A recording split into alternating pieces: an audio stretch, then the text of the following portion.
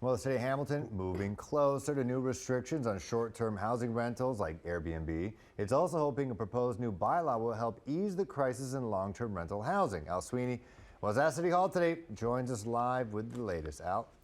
Phil, the city's planning committee considered a measure aimed at getting commercial property owners out of the Airbnb business in Hamilton and leaving it up to small-scale homeowners. In a market where renting a home can be as tough as buying one, Hamilton City Councillors were told today that Airbnb-type rentals are part of the problem of housing availability. Tenant researcher Emily Power says tenants can be caught up in a predatory market where big landlords want them out to take advantage of higher prices and short-term rentals. Facing eviction pressure for Airbnb conversion or other forms of rent eviction, constant harassment in terms of withholding repairs, withholding pest treatment, badgering tenants. But small-scale homeowners who rely on extra income from things like a rented room told the council they're worried that regulations will hurt them. Well, if this legislation goes through, we'll be out of business. We're retired, we're on a fixed income. The way this motion is drafted, I'm not sure if my son can come stay with me and pay me rent. This is not regulation, this is annihilation.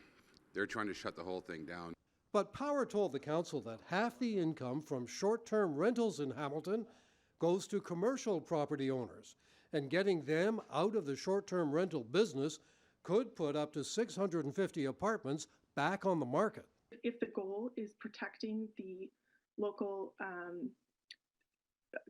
conserving the housing stock for local renters, I think the most important element of this policy should be the principal residence requirement. A main recommendation before the council was that any short-term rental has to be part of the landlord's principal residence, and they couldn't rent it for more than 28 days in a row. Caught in the middle, the council aimed for a compromise. We are in a housing crisis caused by the commodification of housing, and I do not see further commodification or allowing of commodification of housing is going to help us get out of it. That said, I understand a principle of fairness. We have operators here who would be impacted.